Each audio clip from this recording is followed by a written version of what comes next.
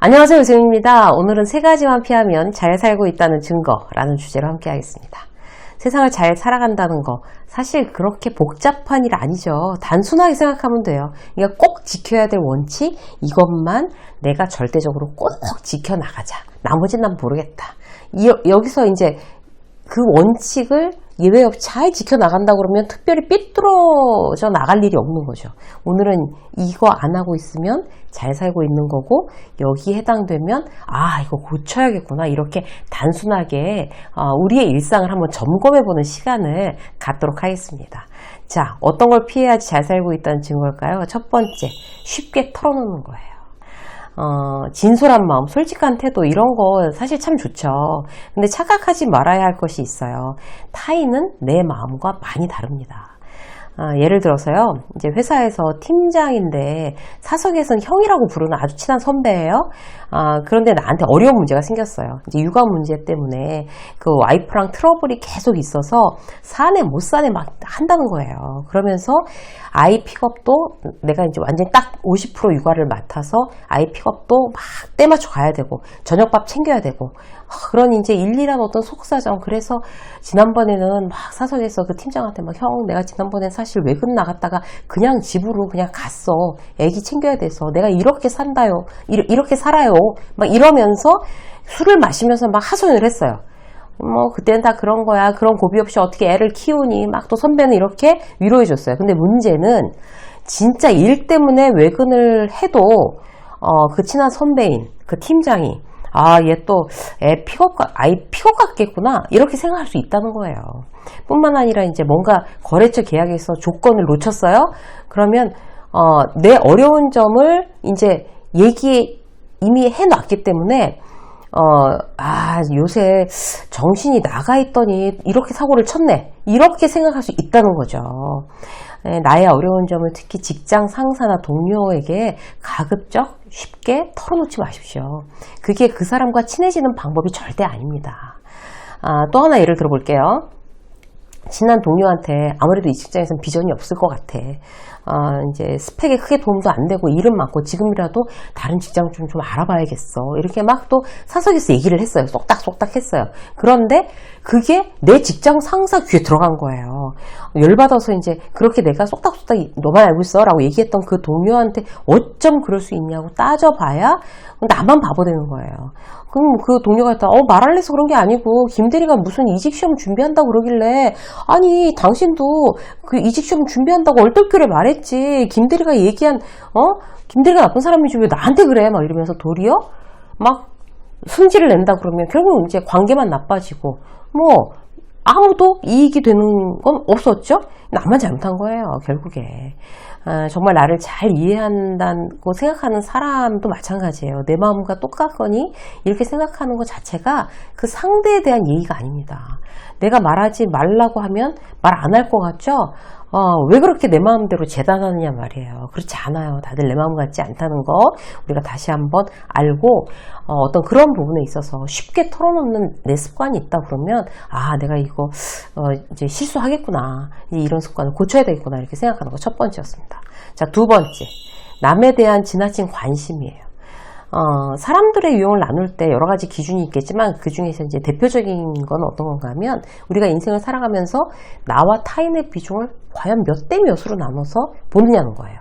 완전히 나 중심적인 사람도 있어요. 자기밖에 몰라요. 항상 관심은 자기 자신. 그래서 회사에 와서도 다른 사람 머리 모양이 바뀌었는지, 휴가를 갔는지, 직장 상사한테 욕먹고 회사를 그만두네 마네 하는지 아예 모른단 말이에요.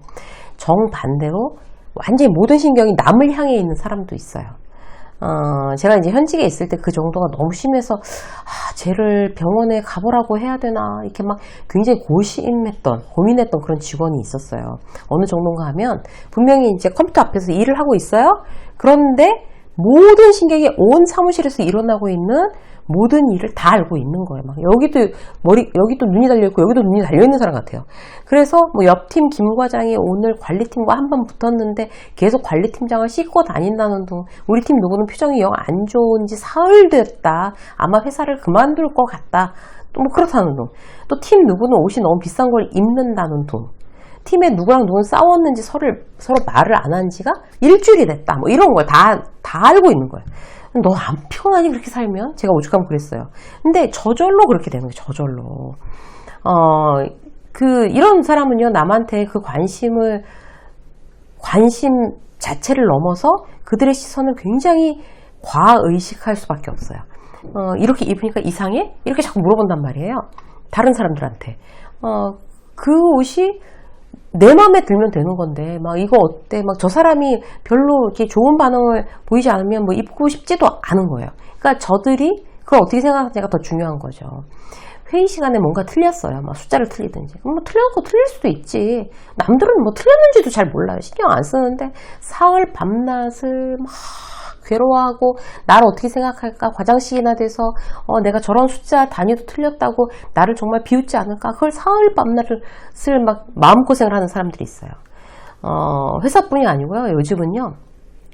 그 초등학생들 현장학습으로 수업 일수에 쳐주잖아요. 그런데 후배 얘기를 들어보니까 현장학습을 해외로 다녀오지 않으면 그 아이들이 막 그지라고 놀린다는 거예요. 그래서 일부러 애 때문에 해외여행을 간다는 거예요. 현장학습을. 참 어이없고 씁쓸하더라고요. 놀러 가고 싶어서 가는 게 아니라 자녀가 친구들 보기에 꿀리지 말라고 무리해서 해외여행을 가는 그런 대한민국입니다. 참 이렇게 되면 나중에 그렇게 남의 눈이 무서워서 해외여행까지 가는 부모와 자식이 더욱더 크면 어떻게 되겠어요? 더 심해지겠죠. 지금부터라도 이제 그런 마음, 타인을 막 지나치게 막 타인의 시선을 이렇게 막 내가 집착하는 그런 습관을 돌려세우지 않으면요 정말 힘들어져요. 앞으로 살면서 계속 정말 이걸 내가 원하는지 나 스스로한테 물어봐야 돼요. 그리고 지금 내가 원하는 대로 살고 있나? 저 사람 눈에 보이기에 창피하지 않게끔 살아야 된다고 생각하고 그렇게 막 내가 원하지 않는 거를 막 그렇게 억지로 하고 있는 게 없는가? 한번 생각해 보세요. 남 쳐다보지 말고 나를 쳐다봐야 되는 거죠. 그게 엉뚱한 대로 열심히 가면서 헛고생하지 않는 방법입니다. 자, 마지막 한 가지. 나를 존중하지 않는 거. 이러면 정말 잘 산다고 할 수 없죠. 방송에서 혹은 기업 강연에서 매너에 대한 이야기를 자주 해요, 제가. 보통 매너는 남에 대한 매너죠. 그런데 나에 대한 매너, 예의도 그 못지않게 중요합니다. 자, 나에 대한 매너, 나에 대한 존중 어떤 걸까요? 남의 부탁을 거절을 못하거나 그런 경우 있잖아요. 이것 나에 대한 매너가 아니에요. 나도 일이 많은데 도와달라고 하면 네 이러면서 도와주면서 힘들어하고 결국 내 일도 제대로 못하고 도와주는 일도 완성도가 떨어지면 안 도와주는 일만 못한 거예요. 결국 나 자신에 대한 예의가 아닌 거죠. 그렇게 질질 끌려다니는 건. 또 볼까요? 나 자신을 존중하지 않고 예의가 아닌 건 어떤 거가 있을까요? 무례함에 대해서, 타인의 무례함에 대해서도 웬만하면 그냥 꾹 참고 에이 좋은 게 좋은 거지 이러고 있는 거. 이것도 예의가 아닌 거죠. 스스로에 대해서. 후배들한테 이제 순한 이미지의 선배가 있었어요. 일정을 어기면서 막 나중에 막 데드라인 다 지나고 와서 이번만 해주세요. 막 저 팀장님한테 죽을 수도 있어요. 막 이러면서 막 선배 한 번만 살려주세요. 막 이래가지고 또 마음이 약해서 막 그걸 자기가 처리해 줬어요. 그런데 이게 호의가 권리가 되는 거라고 나중에 계속 반복되고 나만 힘들어지는 거죠. 그럼 어떻게 해야 돼요? 이제 한 번쯤은 엄청 큰 소리로 다들 들으라는 듯이 아니 회의를 하고 합의를 했으면 일정을 맞추는 게 기본이잖아요 하고 한번 큰 소리를 낼 필요가 있는 거죠. 왜 멋대로 일정을 바꿉니까? 그렇게 못하니까 오늘까지 해결하세요. 이렇게 단호하게 강력하게 한 번만 하면 돼요. 그게 그 후배들하고 사이를 나쁘게 하는 게 아니라 나도 편하고 후배들한테도 좋은 선배가 되는 거예요. 후배들을 제대로 가르쳐야 되니까. 자, 예의가 아닌 거 한 가지만 더 말씀드리면요. 내 이미지 깎이는 일 하는 거예요. 나쁜 줄 알면서도 계속 하는 거. 예를 들어서 막 푸념하는 거. 굉장히 시니컬하게 얘기하는 거. 이런 거 대표적인 거죠. 직장 상사한테 욕먹었어요?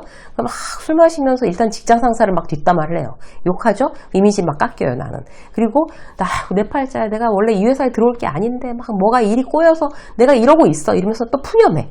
뭐예요? 또 자기 이미지를 깎는 거예요. 그래서 좋은 일은 아무것도 없죠. 내 이미지만 깎는 거죠.